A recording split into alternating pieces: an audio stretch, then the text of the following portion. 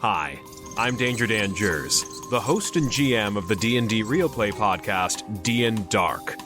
Join us on Wednesdays for an absurd, over-the-top comedy horror adventure, starring some of history's most infamous monsters. I'm Ben Magnet. I play Mary Frankenstein, our barbarian. I am Daniel Cruz. I am playing Imhotep the Mummy, our cleric. I'm Jordan, and I play Larry Talbot, a lycanthropic warlock. I am Grayson, playing Jet Griffin, the Invisible Man, the party's rogue. I am Aaron. I play the Phantom of the Opera, our bard. For more information, go to dndarkpodcast.com and listen to us anywhere you find podcasts. Now, Corgan, you might have to click something. Sure. Yep, you're good. Okay. So we'll just go ahead and get right into this.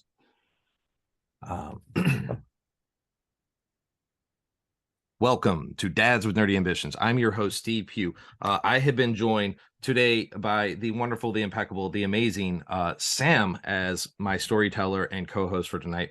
And we have a special guest tonight. We have Corgan Cassidy of By Night Studios, a writer for them, who is here to talk to us about their new backer kit, The Laws of Night. Corgan, thank you so much for being on the show tonight with us. Yeah, hey, it's great to be here. I know you guys good are evening, super... Oh, go ahead. Sorry, Sam. I'm just saying good evening. I was trying to say hello, Steve, but you know. It's weird not seeing your pictures. It throws me off. It's so what we're doing tonight, we're talking about this. You guys are really chaotic right now. You literally just launched 2 days ago in the timing of this recording, your backer kit for your guys' new book, which is absolutely amazing. I had to bring Sam on the show because I've only been doing this for about 4 months now. I think February. We got you in. We got you into it in February, mate. Yeah. So I haven't really been doing this long, and I don't think I would be doing Vampires the Masquerade. I don't think I'd be doing you guys justice if I didn't have somebody who was an absolute fanatic and a just god when it comes to writing lore and utilizing your guys' system. So, gentlemen, thank you so much for being on the show. So how is the backer kit going for you guys? It's really great so far. You're right. It's been an absolute whirlwind of activity. People have been talking on all the socials. It's 4 o'clock Pacific time. We started at 7 a.m. yesterday Pacific time. I think around at this point we're at around $63,000 or $64,000. So we're more than double funded, which has been amazing. The community support and the level of interest. A lot of the really big tiers were picked up right away on day one, and it's been amazing to be a part of, and it's my first time, so it's kind of incredible to watch the marketing folks work. There's a lot of hard work going on behind the scenes at By Night Studios. So I want to thank all the folks working behind the scenes on this book to make it happen. Absolutely. Yeah, you guys have been very responsive, been very excited about doing this interview, and I was absolutely blasted and excited to do this with you guys. Now I'm curious because this is your first writing with this, and you are writing into a lore in a game that is, I would argue, quite possibly one of the most popular, if not the most popular LARPing game out there. What was going through your mind when you said, "Yeah, I'll do this"?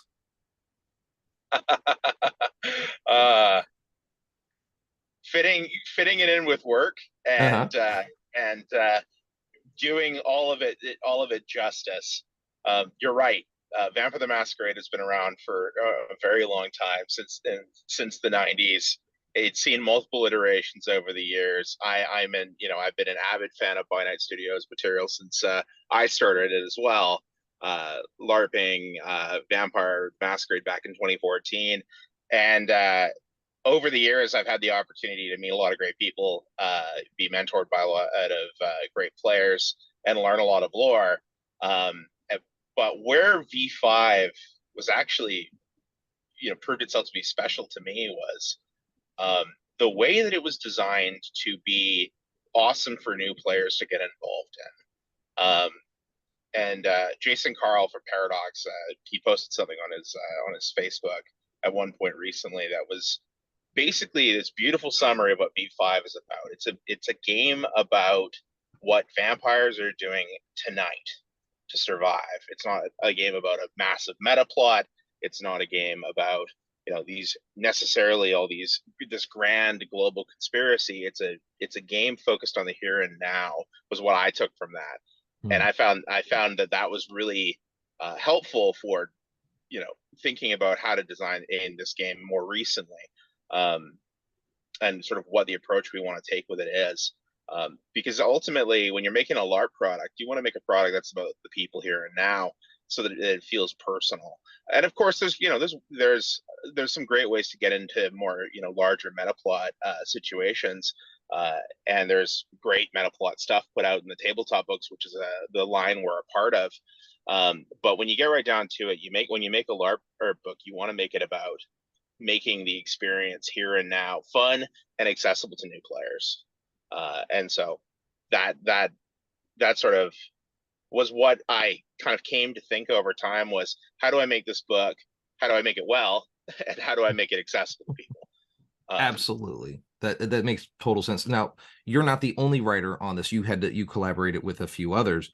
What was going through your guys' minds when you sat down? Like, did you think about each clan step by step? Did you think, hey, what did we like? What did we not like? What are players telling to us?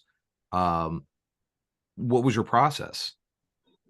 I had a lot of conversations early on with the lead developer, Jason Herman, and it was about coming up with ways to, one, be faithful to the tabletop material, while two, making it simplified and streamlined so that the LARP product can basically, so that the mechanics really do a good job of supporting the stories that we're trying to tell. And so there was a lot of conversations about, well, how do we make core systems and the meat and potatoes of this thing so that it serves the storytellers and players who are trying to tell stories, and so that you don't have to be a math genius to play this game. And so a lot of early focus was in coming up with sort of the skeleton of the system that we could build on to make that a reality. So it started with discussion of core systems, the way that the numbers would work and also where we wouldn't put numbers. You'll notice when you buy this book that there isn't a big series of stacking bonuses coming from a million different sources. A pool is an attribute plus a skill. There might be a way or two to get a bonus here and there, like you can blood. If you rouse the blood into a blood surge, you'll be able to get a bonus, on a test, or maybe you'll have a one time a night dyscrasia bonus, or if you're using equipment, there's a small bonus there. But really, it's largely, this game is about adding two numbers that are below 5 together, which makes it really easy for players to quickly do their math, compare any ties, because it is an RPS system where the numbers matter for the ties, and just move on. Previous systems, which I had a lot of fun with, but which were more mechanically complicated, had you get multiple sources of bonuses from disciplines possible, merits possible, equipment. So you'd be adding up, 6 or 7 numbers at a time, coming up with a big number. This game, we're trying to keep the numbers quick, the math easy, and ultimately that is all so that the tests go fast and you can get right back to the acting. That, when you zoom back out, that's what it's all about. Absolutely. So most of my background when it comes to RPGs is Dungeons and Dragons based. I know Sam is very much the storyteller here for the VTM sides. Are you continuing to do it justice by making it storyteller friendly? Is it very open world as it kind of seemed before, or are you trying to more streamline it down the line? When you say open world, what do you mean versus streamlining it? I guess I kind of put it like, I think yeah, go ahead, Sam. I think what's interesting, because I'm actually, I played the Laws of the Night when it was the Laws of the Night back in 1996. So, I'm aging myself quite badly here, but like I played White Wolf's like original LARP system that they constructed. And I remember one of the things about it back then was you dreaded getting into any kind of scenario where you actually had to do something. Like the role play and everything was fine, but somebody would attack you in combat and you knew that for the next hour you would be throwing rock, paper, scissors just to resolve one small series of conflicts. And what was so nice about the Finite Studio system when it came out in 2014 was how they did streamline it back then and how much more efficient they made it. And suddenly it was a system that supported the live role play rather than actually like interrupted it for long periods of number crunching. So I'm intrigued to say that you've streamlined that down even further now. So the math is even less complicated. Yeah. Than so what they had before. we're going down that path further. Absolutely. The streamlining is essential. So let me give you a comparison, for example. Okay. I played, in a Chronicle recently, I played a Nosferatu combat character, and I had a lot of XP. The character, so we quickly go through it. He was a Protean guy. He had animals of 5. So under the old Binance Studio system, he'd have, you'd add his physical traits, you'd add his brawl score, you'd add his +2 for a strength focus, you'd add his +1 for claws, you'd add his +3 for his transformation into a raccoon, because why not? And then you add 3 more for animals and 5 with a manipulation focus to form an attack pool of 26. You'll notice I cited like 6 numbers there. Disciplines no longer give bonuses to the number. That's not what they're for. Ultimately, attributes and skills help form conceptually. Like, let's say your character's very strong and if you want to be the best sword fighter in the universe, you want to have a high strength score and a high weaponry or a high melee score. Of course, this is a V5 system, so things cost more as you go higher up. So ultimately, a character that is invested heavily in melee is going to have a higher chance of winning the tie, and because they put the XP in, and what that XP represents is accuracy. Them spending that XP on the skill has value, because that can't just be replaced by going to a discipline as an alternate source. So when you look at that and you do the resolution, it's strength plus brawl versus dexterity plus athletics to dodge, and that's it. Those are the numbers. If you want a blood surge or use a one-time, like a dyscrasia bonus where they make sense, you could do that. But most of the tests in the game are 2 numbers versus 2 numbers. And there are no celerity rounds, like no extra rounds for that anymore. And there are there's no retests, because in the end, all that does is redoes the chop, slows you down by 1 chop. Whereas if we just go, the 3 of us could probably sit here and play round after round very quickly, because we are always in a turn order that involves, you, Steve, me, you, Steve, me. There's no one's waiting to play for the celerity rounds to process. And I think that is efficient. I think it keeps players engaged, because they don't have to sit and wait. I have to admit, played a few characters that were combat based, but they didn't have celerity, and the number of times I would find the combat finished before I'd sort of got close enough to anyone to actually hit them. Yeah. So I can understand, because I remember the celerity rounds for some of the characters, and you'd have like 2 or 3 additional series of events happening that you had no ability to affect whatsoever. So I can see how that will definitely streamline and speed up the process, especially from an ST's point of view. Exactly. Your players are going to be engaged, because and not mentally wandering off, because their turn will always be coming up pretty quickly, because it's just a quick round of chops as everyone does their thing, and then it's your turn again, which also incentivizes playing non-combat characters and doing some crowd control stuff and buying disciplines other than murder disciplines, because you get to participate more often than you would in previous systems.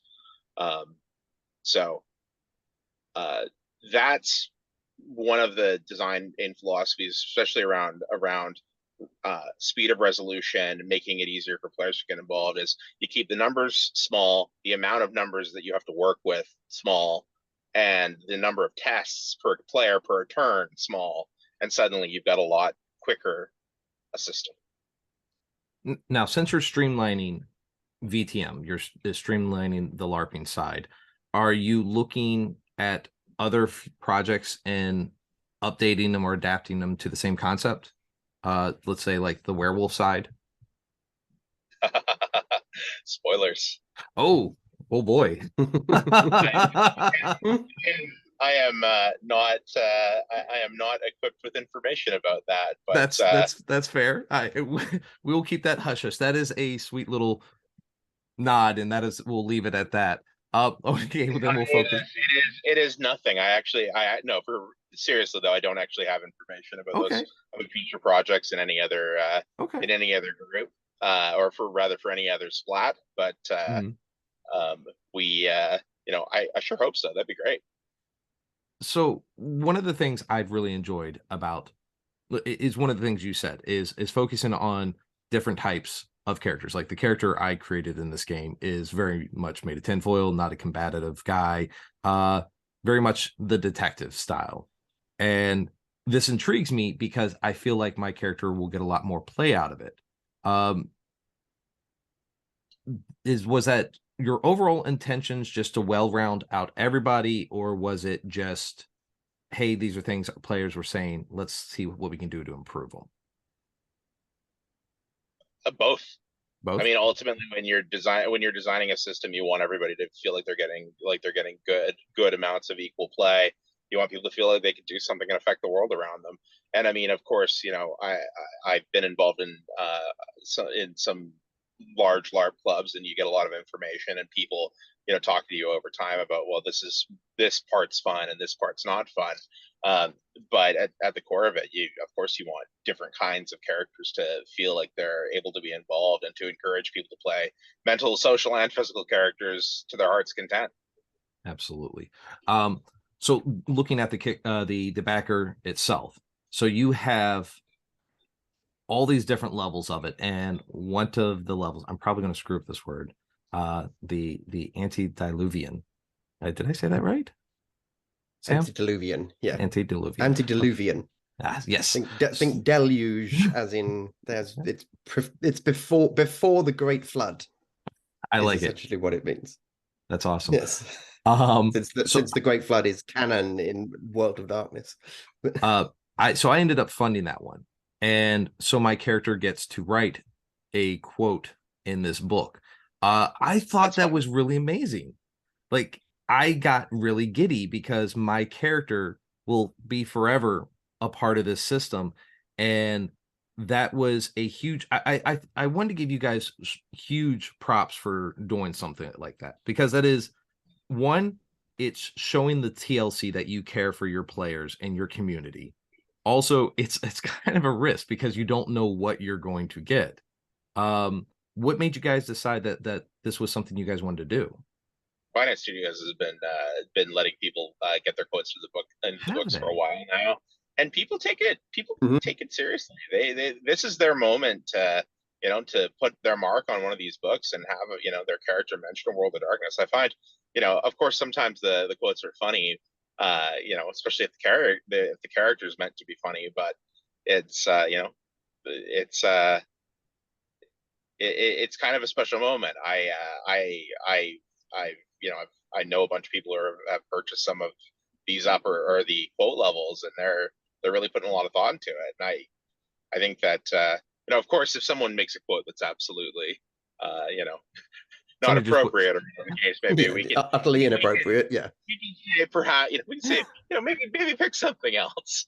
But I've yet to see someone invest to that level and then not put something in that meant something to them. You know what I mean?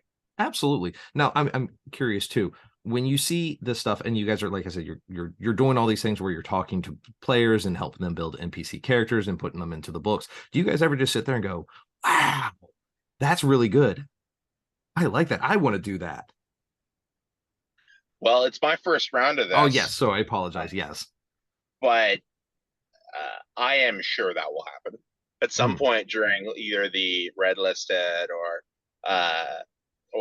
Forsaken tiers, or sorry, not red listed. The I think it's blood hunted and the Forsaken tiers. I am certain that I am going to see something that just makes me wish that I'd come up with it myself. Players have such great creativity. So you've been doing all this writing. Is there a specific clan that holds a little special place in your heart? Not that you're saying being biased. I won't say you're being biased towards one certain clan, but is there one that, because of the work you've done, that you hold a little closer to your heart? Not because of the work I've done, but just because I love them so, and I always have. I'm a Ventrue fanboy. Are you? Okay. Oh, yeah. What attracts you to the Ventrue?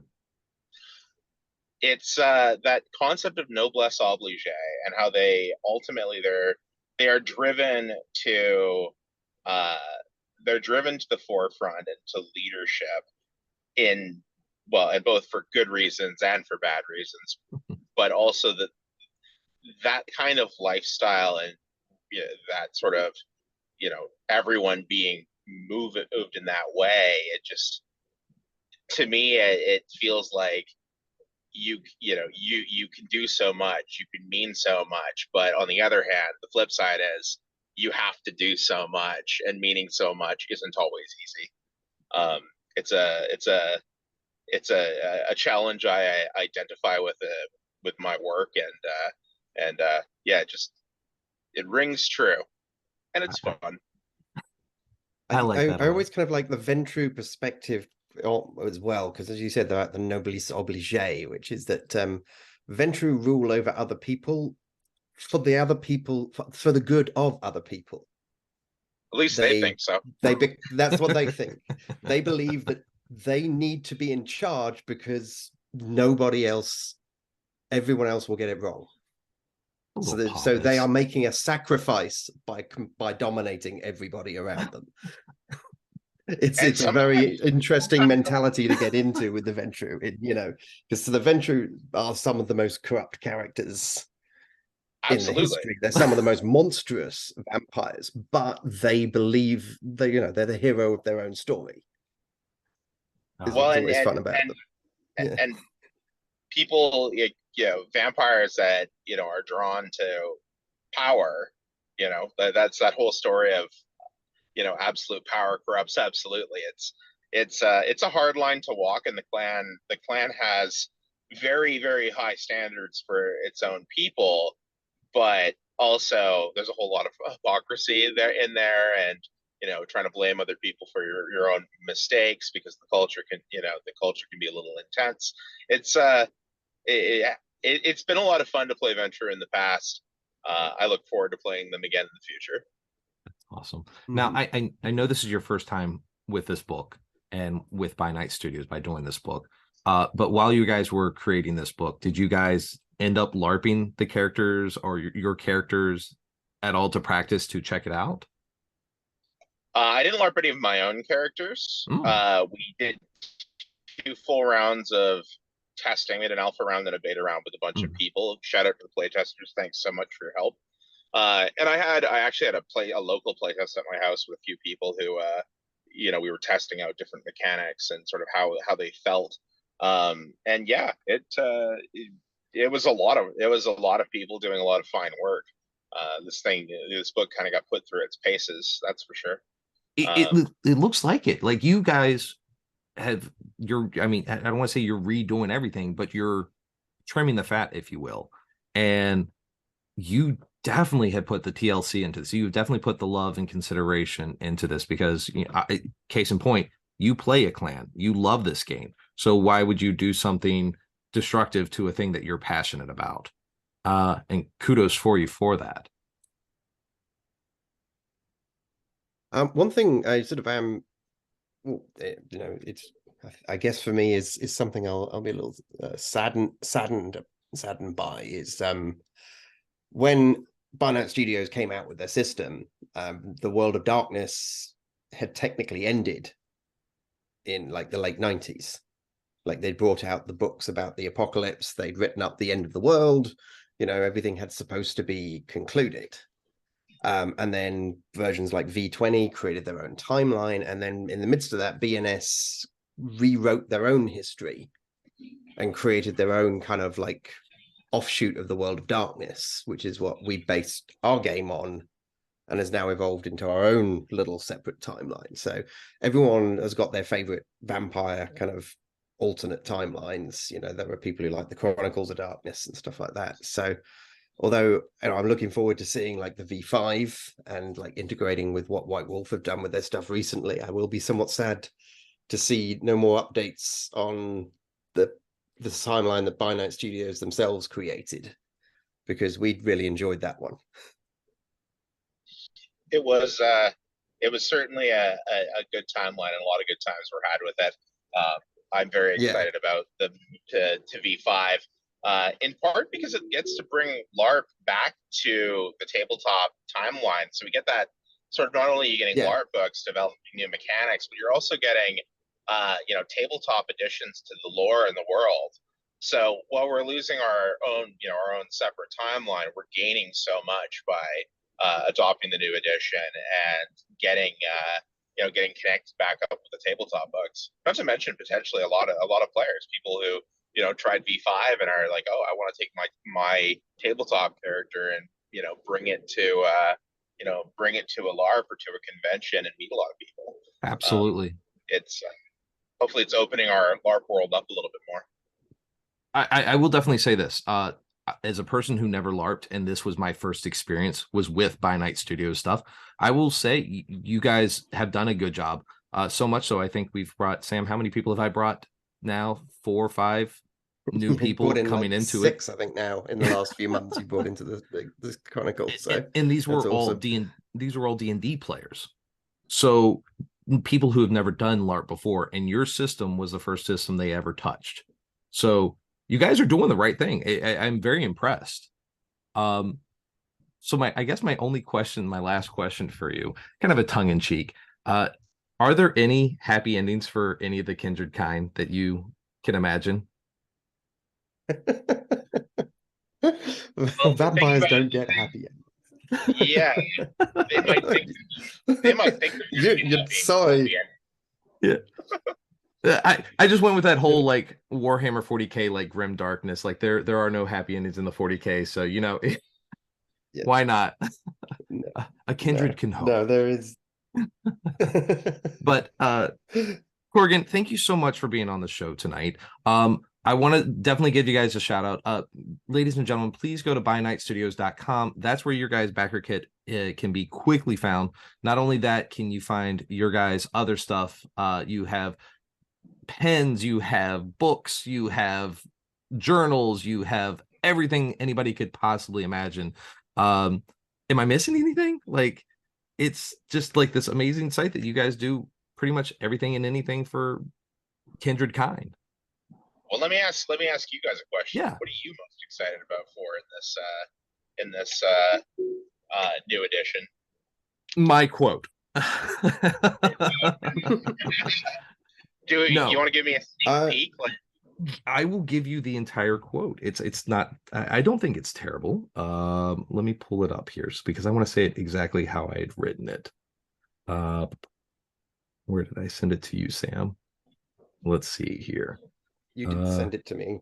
Yes. I'll edit it out. This part out. Here we go. This is what I put. Things are never what they seem. Misdirection and subterfuge, my friend. They want you to look at the shiny coins so you don't see the dagger in your gut. That bad, huh? Beautiful. Oh, it's nice. It's haunting. But that For me, was what I'm looking yeah. Go ahead, Sam. For me, what I'm looking forward to in this edition, especially, is going to be seeing how you guys adapt the sort of inner struggle of the vampire in, because one thing I've always sort of never been able to quite get to hit right with previous, like, all of versions of like White Wolf vampires, was like the vampire's struggle with his own humanity. It always felt a little, the rules always felt like they didn't quite blend, and I like what they're writing up in V5 about changing things with touchstones and adjusting sort of like, you know, a vampire's hunger integrating with like their own personal sense of morality. So I'm looking forward to seeing how that gets translated into a live setting. You want some information my boss doesn't want me to tell you?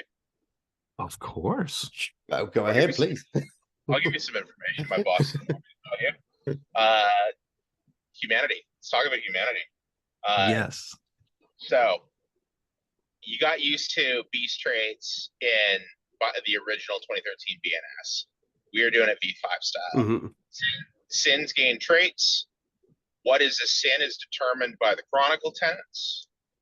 You get some resistance to stains, or reduction in the number of stains you get through your convictions. But of course, also that with the conviction comes the touchstone, and the touchstone is connected to the world, and so there's a need to protect and care for those touchstones. They're both very important and very dangerous for a vampire. You know, vampires need people. They wish they didn't sometimes, I'm sure, but they do need people, and they need humans, and those humans are, both, probably their Fragile. greatest strengths Yes. and weaknesses. So that all exists. It's all part of the world.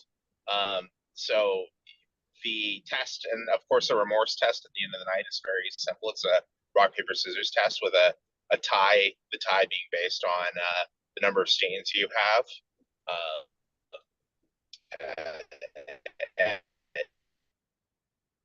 And like everything else, it's a very straightforward number, and it's quick and it's easy. That's consequential. awesome. If you start stacking up stains, you can lose humanity, and there are benefits to being high humanity in this game. So again, it makes you think about what you're doing, because going around on a rampage that causes a lot of stains. So it's back to a system again, like in V5, where your struggle with the beast and to maintain your humanity is very much at the forefront again. You got to make your choices accordingly, and also, decide what your character cares about. What are their convictions? You can have 1 to 3, and for each conviction, you got to take a touchstone. And so it's you take care of those touchstones, which is great for story, but also a bit of a potential Achilles heel for a vampire. So managing those humans and taking care of them is important. So yeah, that's humanity in a nutshell, sort of in a short version. Hopefully that sounds fun. That sounds exciting. That sounds awesome. And yeah, go ahead. Also, one of the cool things about Chronicle tenets is that they're customizable by your game. So if you want a game that is, very typical humanity, don't kill unless in self-defense, act like a person, not like a beast, you can do that. But I think we have some examples of, like, you want to have a cosmic horror focused game where it's about knowledge, the sins relate to knowledge, or I think in V5 they had one about I seem to remember something about like a gothic style game. You can encourage different styles of play and discourage different sorts of actions through setting your chronicle tenets, and you can do that same thing here with LARP. It's very customizable, which I think is going to be really fun as people decide what they want their games to be about. That's awesome. I'm excited. Cool. That sounds awesome, man. Sam, you got a lot of work ahead of you. I look forward to it. Which Yes, I can sell that. so the Kickstarter is going till next month. You guys have the plan of the book coming out in the fourth quarter, I believe, Yep. is what your thing said. For the printed one. Yep. Yes, Going to print for I believe. I'm very much excited for it. Very much excited to hold this book in my hands. Sir, thank you so much for being on the show tonight. Seriously, thank you so much for giving us these little tidbits of information. And with all the chaos that is going on over at BNS, like you being able to just sit down for, about an hour and talking to us has been absolutely amazing. Nothing but good things to say. Been a pleasure meeting you guys. Thank you so much for having me. Yeah, no problem. Thank you, Corgan. Thank you. So if Corgan, if you're still on, yeah, you are. Like I said, I can have this once we get done doing this bit. We'll edit it up, and I will have this. You know what? I can have this up tomorrow morning at 5 a.m. for you guys. So, wonderful. Would yes. you mind terribly No. editing out the question about future products? Yeah, absolutely. Yeah, no, not a problem at all. That was going to take that out for you. No worries. Yeah, the answer is I don't have information I can give on that. No worries. But I don't want to inadvertently imply that there's a project coming that I don't know. No worries. Yeah, I will absolutely edit that out. In fact, I'll make a note of it just to make sure I double up on it. All right. Take out future projects. But no, that was a lot of fun, guys. Thank you very much for having me. I appreciate the talk to you, man. Anybody?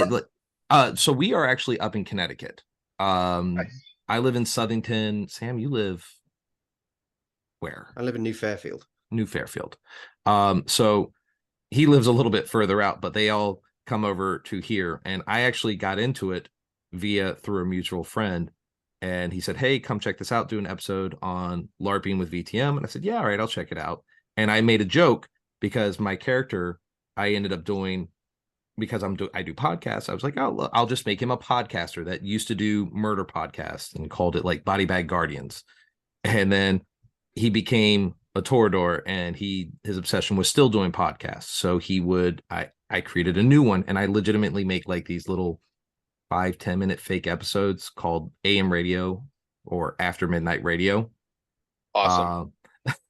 Thanks. I'll send you guys the link. You can check out the cheesy ass commercial. I'm proud of that commercial. Yeah, man. That was good. Things that happen in the game. That's a lot of fun. I like but yeah, Sam got me into it. And Sam, like I said, he is a phenomenal lore writer for us. When I put up a DTA, he makes 18 pages worth. It's like I'll be like, wow, this is a novel. Like, and he does that for every player. So kudos to him. Because we focus on the player, the individual player sort of stories, rather than sort of, like you said, we like the smaller scale, more personal stuff than the epic meta plot. But I think it's great. And damn, man, sounds like you know how to produce. You should check out. I'll share up. I'll drop our website. Yeah, definitely. You can look at it from Steve's site. I'll put all the links. We've been running since the new Binance Studio system came into being, so like just late 2014. And I joined the system in like mid 2015 as a player, and then I took over as a storyteller 2019. And yeah, we've been running ever since. So 4 years. What was that? That you've been running ever since for 4 years. That's impressive. Yeah, we've been running. That's why it's kind of interesting, because we started with the Binance. We have been running with the same timeline since 2014. So there was a period of time where, under some of our former STs, that the game got very epic. And so there have been some pretty major changes in our version of the World of Darkness to any other version. So we've gone and created our own version that we have a whole like backstory document explaining why everything's different, but we've actually been adjusting events on like in our own meta plot to kind of line up more with like the V5 storyline. So we're kind of very interested because we'll probably look once your book comes out about seeing the transition entirely over sort of to the V5 line. Awesome. Maybe Yeah. or maybe starting a new game within that method. So we're intrigued. Yeah, no, it should be fun. I'm looking forward to seeing or hearing what you guys do with it. Let me know. Absolutely. Will do, And man. Cool. You guys have an absolute open door policy with me. I would definitely love to have you guys back on after everything is done, kind of talking about how the whole rodeo went with launching this new book, and just kind of catching up a little bit would be a great. I love talking everything nerdy to all sorts of people, my guy. Wonderful. Well, hey, yeah, when this is all said and done, reach out. Let's do it again. Maybe I'll see if I can get Jason out for it. It's a lot of fun.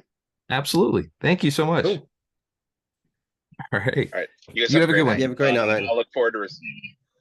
I'll look forward to receiving the final link. Pass it on to our marketing people. Absolutely. I'll put Cheers, everything in the email that I've been doing right now. Once I get everything up for you guys. So, and then I'll tag you on all the social medias. Yeah, we'll get you all taken care of. Thank you. All right. Have a good night, man. All right. Give that a little pause. Okay. And okay. So Sam, we just got done talking with Finite Studios, found out a little information. We've got some little tidbits. I'm glad you were here because this is definitely more your area. It's been a very long time that I've been playing this game, and I've seen sort of every iteration of Vampire as it's gone by. Like I said, it was supposed to end in like the early 2000s. Like White Wolf wrote the end of the World of Darkness. Was it the Gehenna? Well, what it is they kind of made it a sort of choose your own adventure ending, you will, in that every single different like book line got an apocalypse book of some type, and that had in it like 7 or 8 different scenarios about how you could choose to end the world with your player group. And so the vampire had Gehenna, and you had 8 different choices of Gehenna that you could play out with your players as a final thing. And there was everything from a very small, intimate idea where they had one where like the world became covered with this poison that that started killing just vampires. And so there's the no eldest happy and most ending. Powerful, yeah, the eldest and most powerful. But you and your player team and a group of select vampires found the only place in the world that was safe, which was this one church. And you were put through all these judgments by God, and to determine if at the end your players had been worthy to survive. And then those players that survived it would become human again. And that was one way you could end it. Or on the flip side, they had a big one called the Crucible of God, where all of the ancient vampire antediluvian like progenitors of the clan woke up and destroyed the world by warring with one another. And eventually the players are finally able to find a way to put it all to rest. But it's kind of a Pyrrhic victory because they've stopped the antediluvians, but too late because everyone else is dead. Well, that's terrifying and depressing. And Werewolf had its own version for the Apocalypse, and Mage had the Ascension, and everything was supposed to have ended. And then they created a new version of the system called Chronicles of Darkness, which was a whole different style of storytelling. But everybody who loved the original World of Darkness wanted some way to revive it. So Finite Studios rewrote that Gehenna never happened, and then created their own timeline. And that's what V20 did something similar. Yeah, and that's what I was going to get to is like, Marvel has done the multiverses. Everybody has a multiverse. Yes. And the fact that By Night Studios took over and said, "Hey, we love this project. We want to keep it going and we have our own ideas," and did with it. And again, this is the thing that I only know, and I think that's fun. I like everything they've done. It's very streamlined comparatively to the old books, because I have the old books, and then I was looking through the By Night Studios stuff, and it was like, yeah, this is a lot easier. I like this. So the fact that they did a very good job of smoothing over the system and making it less cumbersome, and they wrote an interesting twist. What I think was very clever about the way the By Night Studios wrote the timeline, and they got over the whole fact that the world was supposed to end, is they just didn't tell you why it didn't end. Something happened, and the Red Star disappeared, and Gehenna was stopped, and they never provided an answer as to why it stopped. I think they you were left free that in your own chronicle to create whatever you'd like to explain it. So they didn't even try and go into some whole ridiculous meta explanation of how, someone found the crucible of God and turned it off or something like that. they found the plug and unplugged it. Yeah. They just said that something occurred and it all ended. And then the vampires sort of emerged from the state of paranoia they'd been in for like 10 years. And they then classified those years where everyone thought the world was about to end as like they're called the Nights of Turmoil. Yeah. And it's sort of now a part of their history. I like it. And I like that the fact that they left it open-ended, because it leaves for you, like the storyteller, it leaves a lot of opportunity. Now, looking at what we know for their project right now, from the storyteller's point of view, how excited are you for this? I'm very intrigued to see what they make of it. You see, V5 has been, a lot of people really like V5, and I think there was a lot of points that they made about it making it very accessible to new players. But you know how hardcore some nerds can be about. No, I had no idea what gatekeeping is. Gatekeeping law and stuff. So there was obviously to V5 when it came out, there were quite a few people who had a little bit of a backlash, because there was some very major changes to the system. They cut down a lot of the disciplines and turned them into sort of various different types of combination disciplines. They cut down a lot of the clans, and the game is now focused more in V5 is focused more on the point of view of the Anarchs. And the Sabbat, the other major factions of the world have kind of faded into the background to a degree. The Camarilla is a dusty old place that elders who can't adapt to the world remain in. The Sabbat have become rogue packs of individuals rather than like a monolithic organization. And it's about the younger vampires and trying to find their place in the modern knights. So like you said, right here, it's smaller, it's more intimate. It makes it makes sense though. It makes sense to me from looking at this point. The way they did it with V5 and everything is cultures change. The Roman Empire was the number one. Then it was the Brits, and now it just societies change and progress and regress and turn into different things. Since as much as the kindred like to say they're not human, they are human. And humanity alters, and so that makes sense to change with the times, that there's going to be the rise and fall of each empire.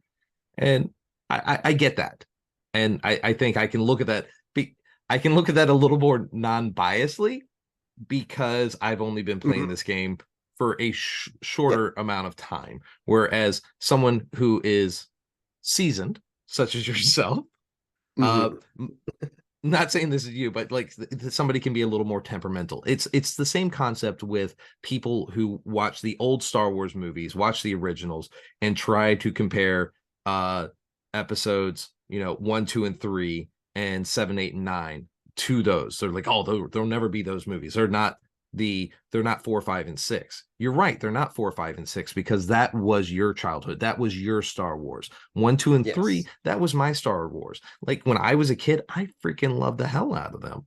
And then when I went back and watched, that's what I'm saying. There's always a lot of nostalgia. Exactly. Nostalgia informed. I mean, because I was, when Return of the Jedi came out, I was part of the Star Wars fan club in the UK, and I went to see it. I won tickets to go and see it at a premiere in London a day before the rest of the country got to see it.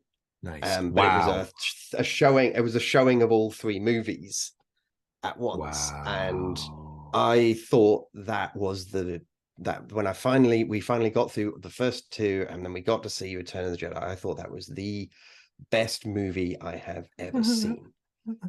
If I am truly going to be honest now, as an adult, the Ewoks were terrible. The plot was kind of a rehash of the first one. There was no reason to have another Death Star. It was not. Yes. As a child, it was the most amazing thing to me in the world. As an adult who can step back from that nostalgia, I can see that it had a lot of flaws. That's okay. Flaws are okay. The excitement I get when I see some of a lot, but way more flaws than than the people. It is not the perfect trilogy. I don't think there ever is going to be. There's no perfect trilogy. There's not, and that's the thing. Yeah.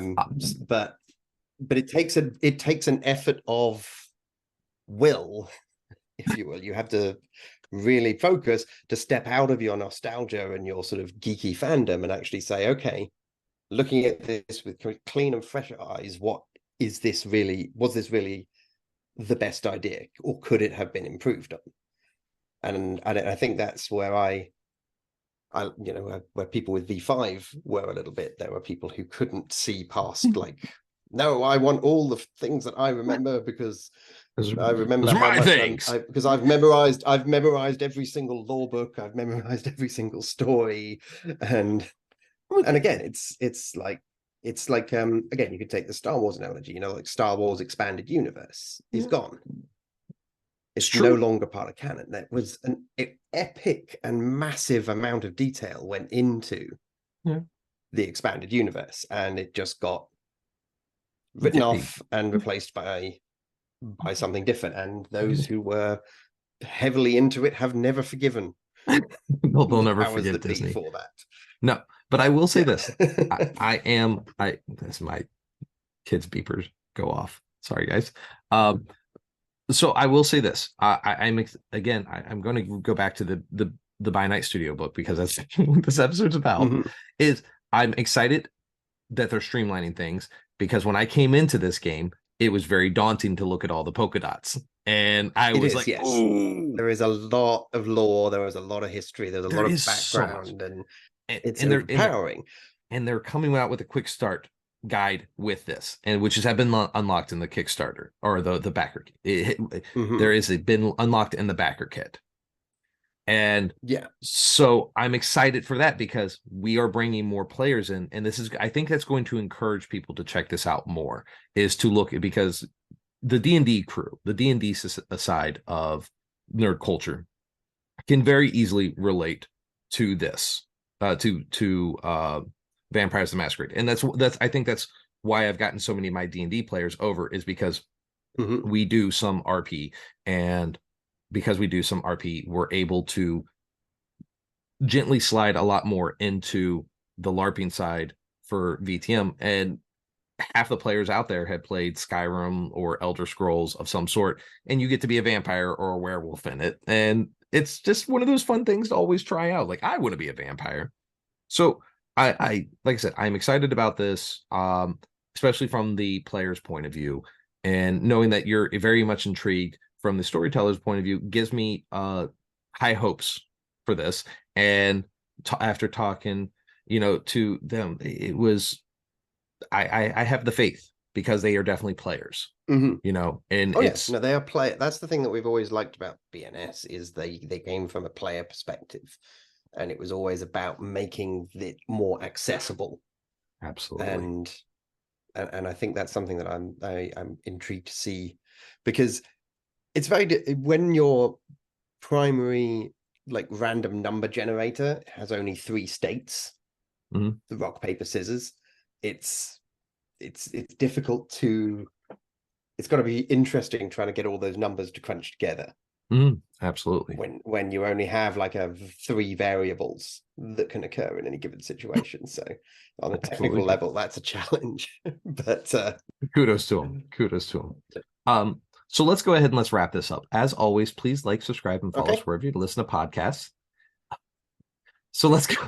Sam, you interrupted me. Did I didn't say anything. You said okay. I said, oh, that must have been on a delay. You said, let's wrap this up. I said, okay. And then, yeah, okay. Go ahead. Do your wrap up. I'm done now. I love you, Sam. Oh, you too, mate.